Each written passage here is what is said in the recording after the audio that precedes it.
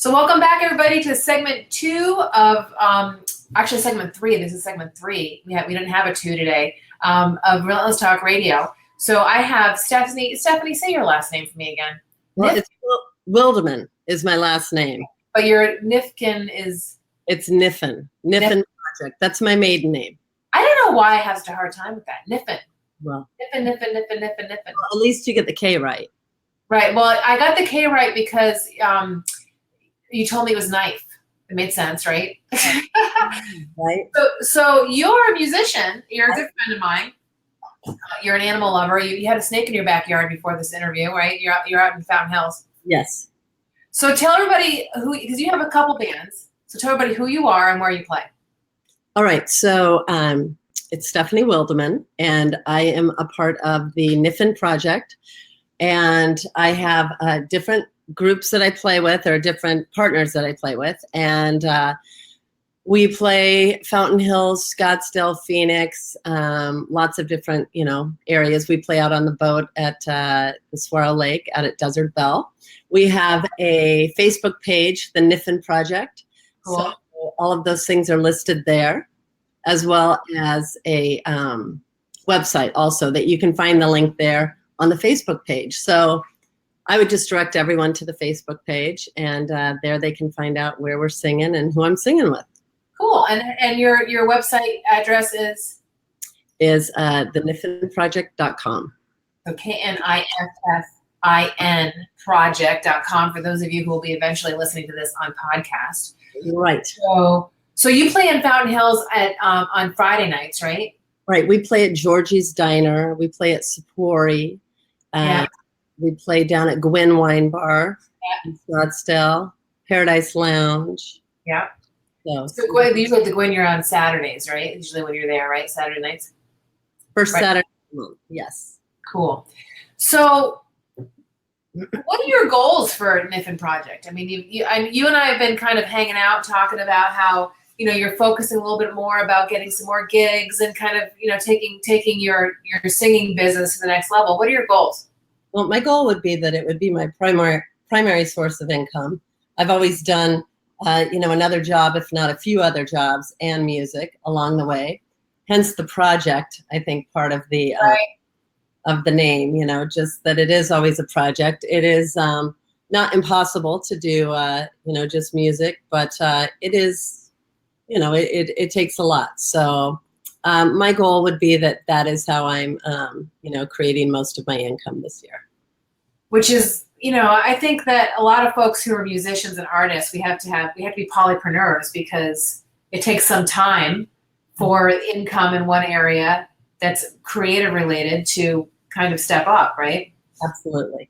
So how long have you been making music? You've been making music for like ever, right? Oh my gosh. Yes. A long time, since, really since I was a teenager. So as far as playing with, different musicians, I would say that really started when I moved out here in maybe 86, something like that. So, quite a few years. And I've been a part of, some bands where that's all we did was play music. And that was years ago. And really right now it's been myself and Bobby Lee, or myself and Kirsten from Pearl Ridge. We have a duo called the Harmoniacs. I haven't seen you guys yet together. I've seen the Kniffin Project, but do you like having different kind of groups that you work with? Is that kind of a cool thing about being a musician? I do. Some of it when I play with Bobby, and he plays bass, and he's got a lot to contribute, vocally.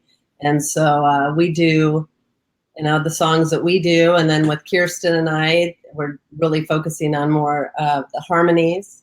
And so we've picked songs that we try not to do with our other bands.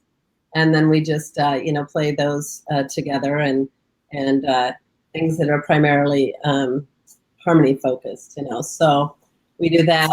You're actually a singer-songwriter. You write some of your work. I do. Yep. Other people's stuff. Mm-hmm. So I have a CD called Little Things. It's not a new CD by any means. It's been out for many years, but it's 10 songs that I wrote. And yes. So I didn't ask you in advance, but I don't know. I mean, you can say no. Can you sing us something? Oh gosh, no, not. It was like, oh, no, honestly, not right this moment. I really can't. I put you on the spot, right? People are gonna have to come see it to see it and to hear you sing. Right. So who are your major influences? Oh gosh, John Denver, Dan Fogelberg, Bruce Springsteen, Cat Stevens, Neil Young, Bob Dylan. I really like the storytelling. I really like a song that takes you somewhere you haven't been before, or maybe somewhere you're going, or, just has a different take on what we all experience. And I think that's what a really good songwriter does. I think you and I have that in common because I write stories. I interview people, I write a story about it, and then I illustrate it. So you and I have that in common with how we approach art. And I think that's kind of cool because you do it with music and I do it with painting, right? Absolutely. So how about women? Anybody women influences? Yeah, that's funny, isn't it? Maybe it's because I have a lower voice, so it's like, I think Patty Griffin, Melissa Etheridge, the girls, obviously. When I was saying early, I mean, I'm thinking like when I'm, in my teens, late teens kind of thing. Sheryl Crow, Patty Griffin is probably, one of my favorites as far. Yeah, tell me one of her songs. I'm not drawing a. So Long Black Limousine. She has a song, Mary. I mean, she has all kinds of songs. She has one that we do right now called When It Don't Come Easy. Actually, her and Melissa did a really nice duo of that. And so again, just somebody who has a real strong sense of creating an atmosphere with their music. So when you were a kid, how did you choose the guitar? Because I mean, well, I sure couldn't play the piano. We started with piano, my sister and I, and she excelled. We won't get into that. She excelled in a lot of things that I did not excel at, and she's been a huge influence in my life. And then, so we did play piano early on, and then I believe it was a babysitter that we had that played the piano. That played the guitar. And so she taught us. And again, my sister just flourished with the guitar, but I could at least keep up with her a bit. And, she's been a big influence, and we played for years together through the Valley, met a lot of good friends, a lot of good times singing together. You told me that you and your sister played a lot and had a big following at one point. What was the name of your band?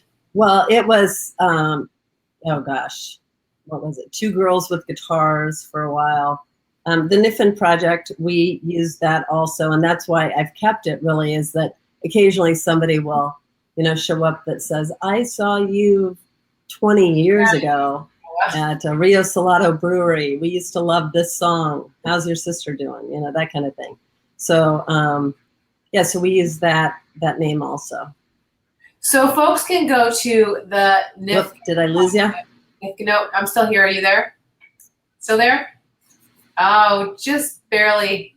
Did I miss you? Are you still there? Okay. I think we're frozen. I'm not certain here. So they can actually see both of us talking. We just can't see each other talking. So we're done anyway for the day. And we have one more segment. We have with Jeremy Rosenthal, and that will be coming up next on Relentless Talk Radio. So everybody sign back in. All right, talk to you later, everybody. And poor Stephanie thinks we're not being seen, so we're going to let her go.